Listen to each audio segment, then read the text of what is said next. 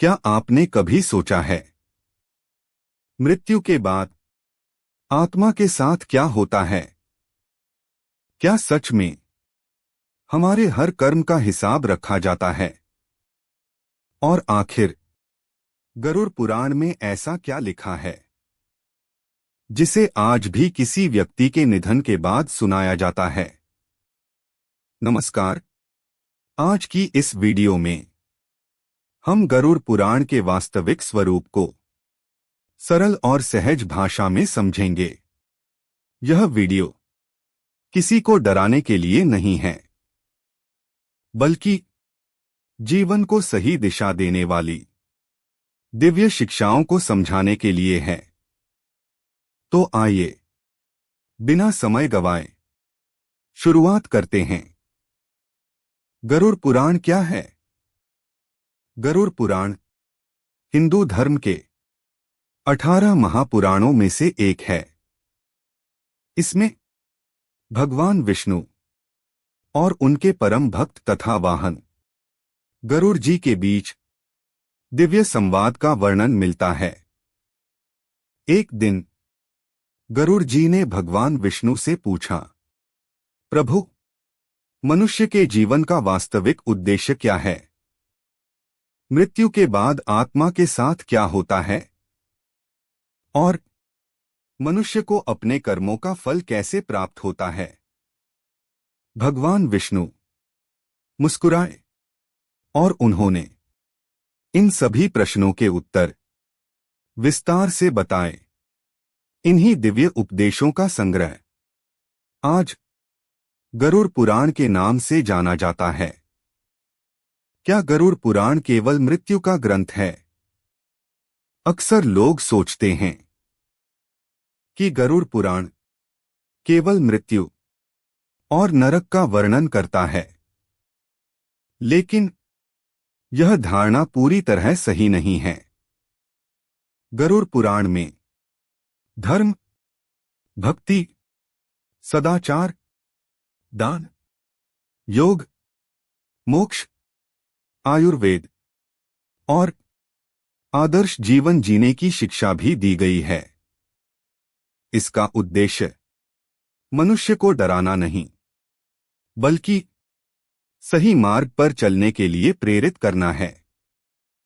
मृत्यु के बाद आत्मा की यात्रा गरुड़ पुराण के पारंपरिक वर्णन के अनुसार, जब किसी मनुष्य की मृत्यु होती है तो उसका शरीर यहीं रह जाता है, लेकिन आत्मा अपनी नई यात्रा शुरू करती है।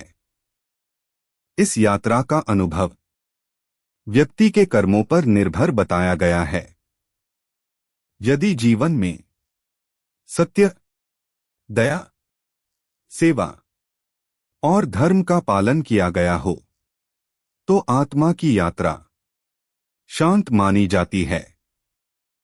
लेकिन यदि मनुष्य ने छल, कपट, हिंसा या अधर्म का मार्ग अपनाया हो तो उसे अपने कर्मों के परिणामों का सामना करना पड़ता है।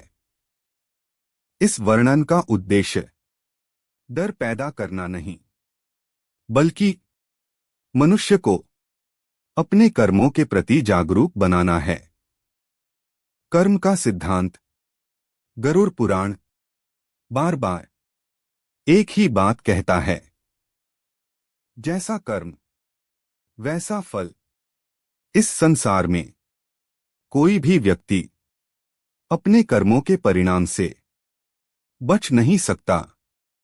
हर अच्छा कर्म भविष्य में सुख का कारण बन सकता है और हर बुरा कर्म दुख का कारण बन सकता है। इसीलिए ईमानदारी, सत्य और करुणा को जीवन का आधार बताया गया है। दान का महत्व गरुड़ पुराण में दान को बहुत महान कार्य माना गया है, लेकिन दान केवल दिखावे के लिए नहीं होना चाहिए। सच्चे मन से बिना किसी स्वार्थ के किया गया दान सबसे श्रेष्ठ माना गया है। भूखे को भोजन देना, प्यासे को पानी देना, जरूरतमंद की सहायता करना और माता पिता तथा बुजुर्गों की सेवा करना महान पुण्य का कार्य बताया गया है। किन बातों से बचना चाहिए? गरुड़ पुराण मनुष्य को कुछ बुराइयों से दूर रहने की सलाह देता है, जैसे झूठ बोलना, धोखा देना, दूसरों का अपमान करना, अहंकार करना, लालच में पड़ना और निर्दोष लोगों को कष्ट देना। ये सभी कर्म अंततः मनुष्य के जीवन में दुख का कारण बनते हैं।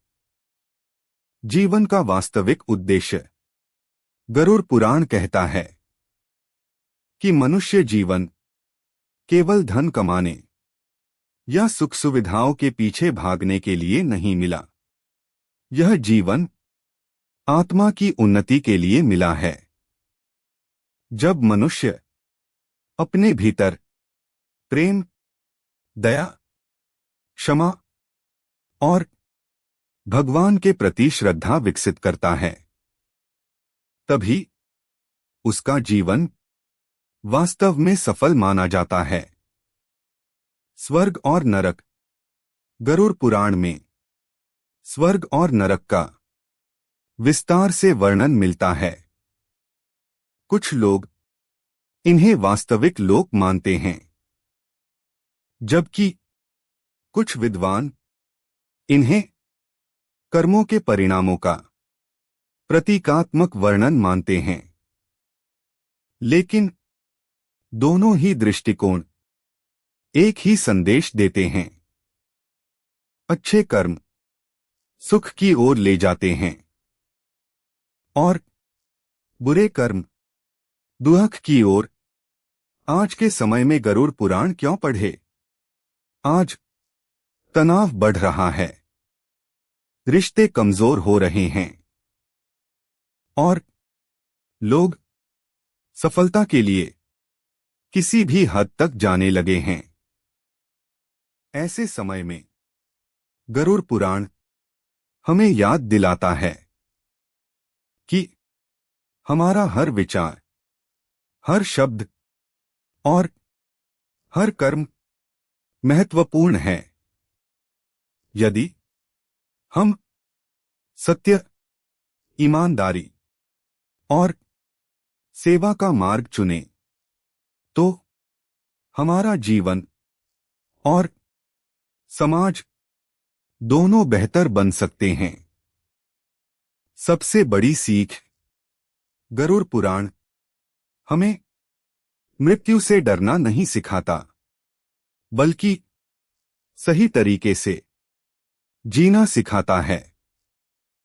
यदि हम अपने माता पिता का सम्मान करें, दूसरों की सहायता करें, किसी का दिल न दुखाए और सच्चे मन से भगवान का स्मरण करें, तो यही सबसे बड़ी पूजा है।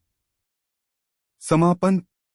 तो दोस्तों, यही है गरुड़ पुराण का वास्तविक संदेश। यदि आपको यह जानकारी उपयोगी लगी हो, तो वीडियो को लाइक करें, अपने प्रियजनों के साथ साझा करें और कमेंट में ओम नमो नारायणाय अवश्य लिखें। फिर मिलेंगे एक